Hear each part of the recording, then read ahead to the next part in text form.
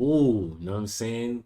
10 videos today. I done banged out 10 videos today. I'm back in that bag. You know what I'm saying? My first few vids back was kind of shaky, but I just had to get back into it. I'm back. Like I'm fully back. I can say I'm back. This video is Juice World's final 27 hours.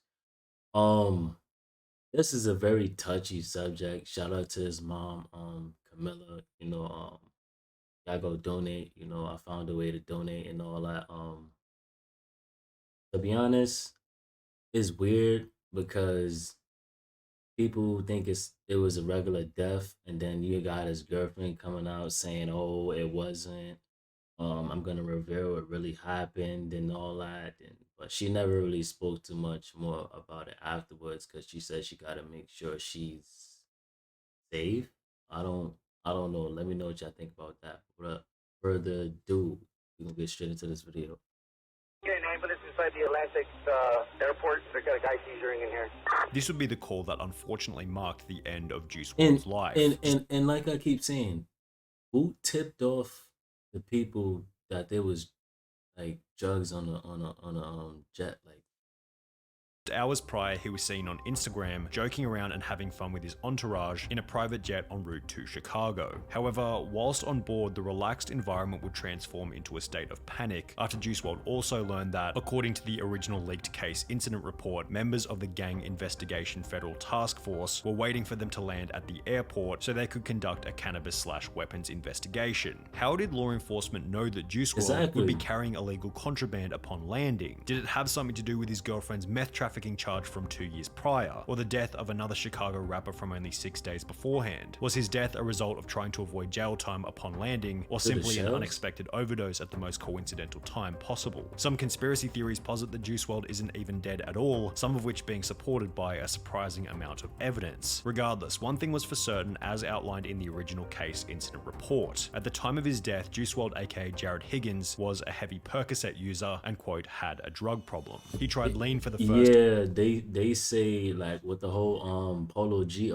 like almost overdosing. They say he said it was because Juice World taught him how to take like 4 perks or something like that at one time or something like that, make his body withstand. Like, time in the 6th grade after listening to Future's 2011 mixtape Dirty Sprite 1, with Juice stating, "What do you expect if I'm a young dude that really loves music, really looks up to these artists? I didn't have a man giving me no type of guidance. My father wasn't in my life like that. So listening to this grown-ass man rap about lean, I'm like, well, that sounds really appealing." You always had issues with drugs even before you started to get famous and rich? Yeah, for sure. I mean, it was something that I was into early, low-key due to music. The second song I've ever heard by Future, Dirty Sprite, like off the first Dirty Sprite mixtape, had me wanting to sip lean at like 11, 12 years old, bro. 2 to 3 years later, Juice found himself getting involved with harder substances. I ran into some Percocet. What's the crazy thing about that is Future said he don't even do those drugs or do them anymore. That's crazy.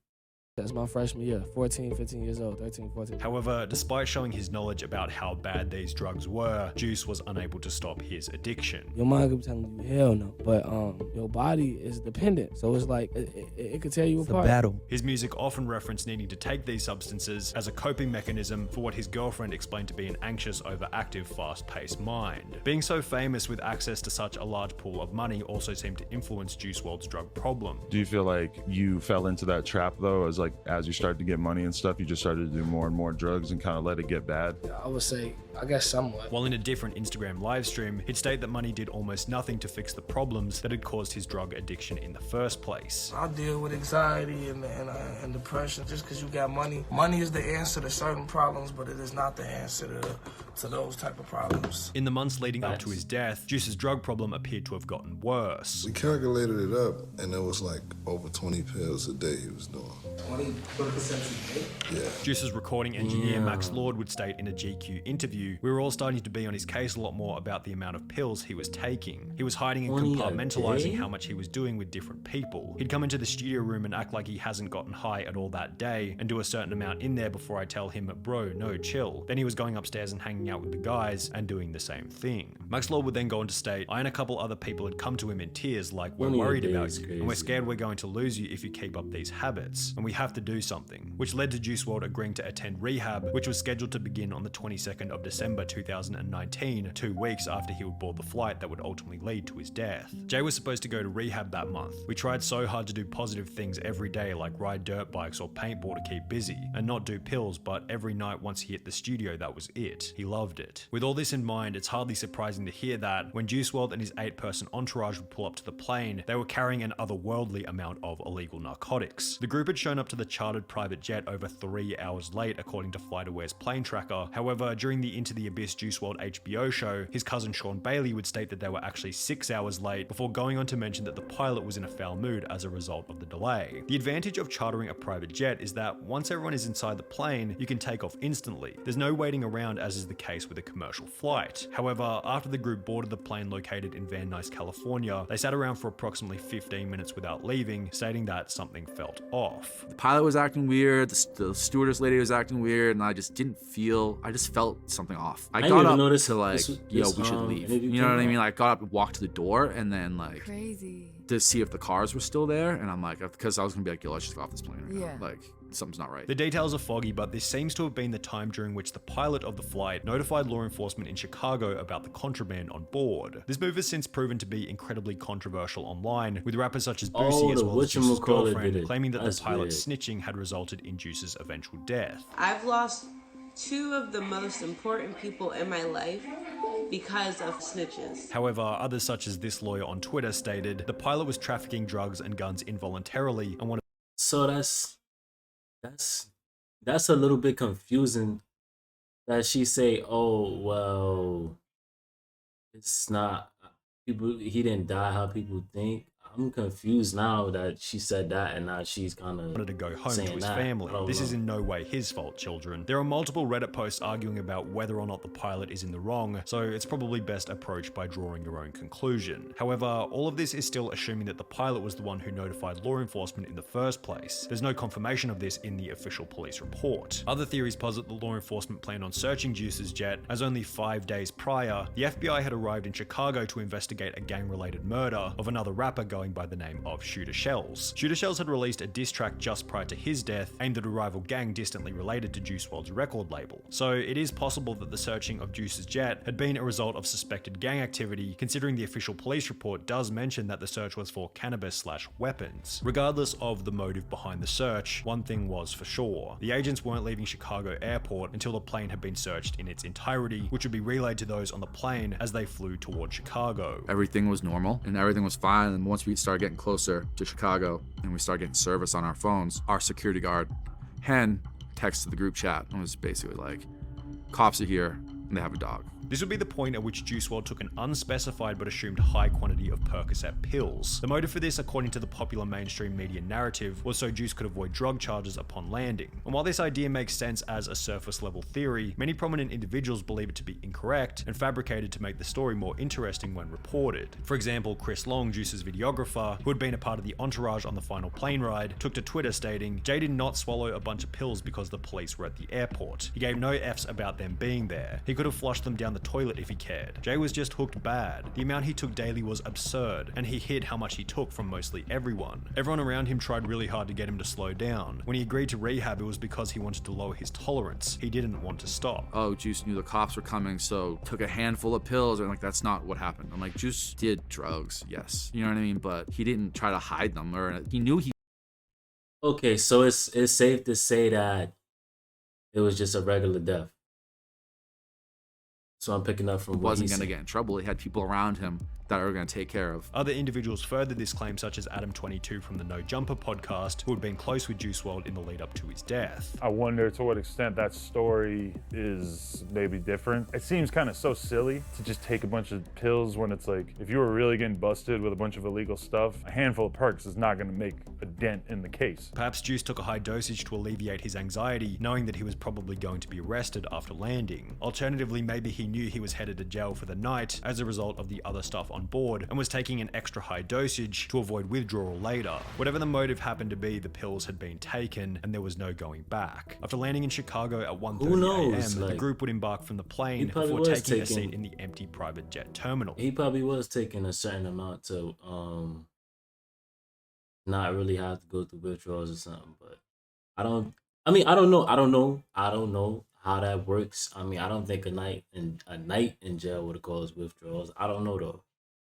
Don't know. According to the official case incident report, a police canine dog then entered lobby, began search, and immediately indicated a positive alert on a suitcase on the first cart. The dog then left and re-entered lobby for search of second cart. Canine immediately alerted on a suitcase on the second cart. Upon opening the first bag, ROs discovered a large amount of vacuum-sealed green leafy substance, suspected cannabis, and when they say large amount, they mean large amount. Juice Wrld and his entourage had packed a total of 70 pounds of cannabis into their suitcases in preparation for Juice's birthday, which had been scheduled for the night after he would die. This weekend, we're going to Chicago to celebrate his birthday. It was just his birthday the other day, but we're going this weekend, Saturday. We're flying out there. We're gonna have a birthday party with his mom and family and friends and stuff like that from out there, so. However, the sheer amount of substances held by the group has spawned a list of alternate theories about why they had been transporting such a high quantity in their luggage. One theory, which to be fair sounds a little far-fetched, is that the drugs were for Juice Wrld's girlfriend to sell after they had arrived in Chicago, the theory having come about after a user named Squirt Reynolds would tweet, "Ali Lotti, Juice Wrld's girlfriend before he passed, is a high-profile drug dealer and may have contributed to him passing away," a thread which contained a document showing that Ali had apparently been to court in 2017 for the importation of methamphetamine. Ali would respond to the tweet by stating, "Never seen methem ever, and I'm pretty sure methamphetamine is Adderalls. Ah ha ha, again. This paperwork has nothing to do with me. I'm sorry, ah ha ha ha. I don't even know the lawyer, ah ha. Bah ha ha, I don't even know bro, ah ha ha. This has nothing to do with me. Look it up, look into it, ha ha ha ha. I can't help ya, I ain't losing sleep over it, ah ha ha ha." The problem with this theory is that when you read the legal documents a little more carefully, it states the defendant is hereby committed to the custody of the United States Bureau of Prisons to be imprisoned for a term of 30 months. If Ali Lotti had been convicted to a 2.5-year sentence in August 2017, how was she posting photos of herself outside in late 2017 when she was supposed to be in prison? A 2.5-year prison sentence beginning in August 2017 would also imply that Ali Lotti's entire relationship with Juice Wrld took place while she was behind bars, which clearly wasn't the case. Under the assumption that this meth trafficking charge was for another Alicia Leon, therefore being bogus and irrelevant, let's go back to the day on which Juice Wrld would die. Whilst waiting in the empty private jet terminal as the police were uncovering the concealed drugs, during the search, Jared A. Higgins, aka Juice Wrld, began to have a medical emergency. It appeared that Higgins was suffering from a seizure. ROs asked of Higgins if he suffered from any medical issues and if he had ingested any drugs. Leon related that Higgins did not have any medical conditions and that Higgins takes Percocet and has a drug problem. As a result, police would administer 2 shots of Narcan to stop the overdose. However, the rest of the group would go on to state that it didn't seem like the police cared about the fact that Juice was having a seizure. It seemed like all the cops there just didn't give a shit. Like they sat there very nonchalantly and like Ali's screaming to call 911. Following the realization that Juice Wrld was overdosing, he'd be rushed to the Advocate Christ Medical Center before being pronounced dead at 3:14 a.m., with the autopsy ruling the cause and manner of death to be oxycodone and codeine toxicity/accident. And while this would tragically mark the end of Juice Wrld's life, it will begin a string of conspiracy theories which put forward the idea that Juice Wrld wasn't really dead. I may sound crazy, but please listen up. I don't believe Juice Wrld's dead. Here's why. Those who believe the conspiracy reference tweets such as this one from 2017, which read, "My goal is to get overly famous, shine for a couple years, then fake my death." In the song Legends, Juice would write, "What's the 27 club? We ain't making it past 21," which was certainly interesting considering Juice had died only 6 days after his 21st birthday. This was accompanied by him mentioning that he felt like John Lennon in the song All Girls Are the Same, which many consider to be further evidence for the conspiracy since they both died on the same day of the year, December 8th. In addition to this, an artist by the name of Clever, who had collaborated with Juice Wrld in the past, would release an album titled Crazy in early 2021, with the first letter of each song on the album spelling out the sentence Juice Wrld is alive. So if he wasn't dead, where had he gone? Well, the main theory is that Juice Wrld's currently living in the Bahamas. This theory began after he posted a photo in October 2019 on Instagram of a private jet with the numbers N999EH. By tracking the plane, it can be seen that instead of flying from LA to Chicago Chicago on the date of Juice's death. It instead flew to Nassau in the Bahamas. However, the problem with this conspiracy is that the N999EH jet was more than likely a rental jet owned by a charter company, meaning that it could have been anyone flying to the Bahamas on the day that Juice died. It's probably important not to give these conspiracy theories too much attention, as the ludicrousy of them could probably be seen as disrespectful to those who had to witness Juice's unfortunate passing. And the emotion that shared could by definitely those be in his inner disrespectful circle is and almost certain definitely, evidence for his tragic disrespectful to his death mom, at too. 3:14 a.m. on the 8th of December 2019. And with that being said, that's gonna wrap up this video. Rest in peace to Juice World. Let me know what y'all think about the situation. Who do y'all think really had the biggest play in him dying? Even though they say he did swallow pills and all that, do you think his girlfriend had a contribution, and that's why she trying to lie and say that that's not how he really died, and trying to make it seem like it's some conspiracy theory way that he died? He the same one that said his label gave him drugs. I don't know how true that is, but in the comment section, y'all subscribe. Rest in peace to Juice World. Shout out to his mom and her foundation. I found a way to donate and all that. Shout out to Camilla. That being said, love is love. I appreciate y'all for all the support. We're gonna keep going up, Mars fam. And I'm gonna catch you on the next video.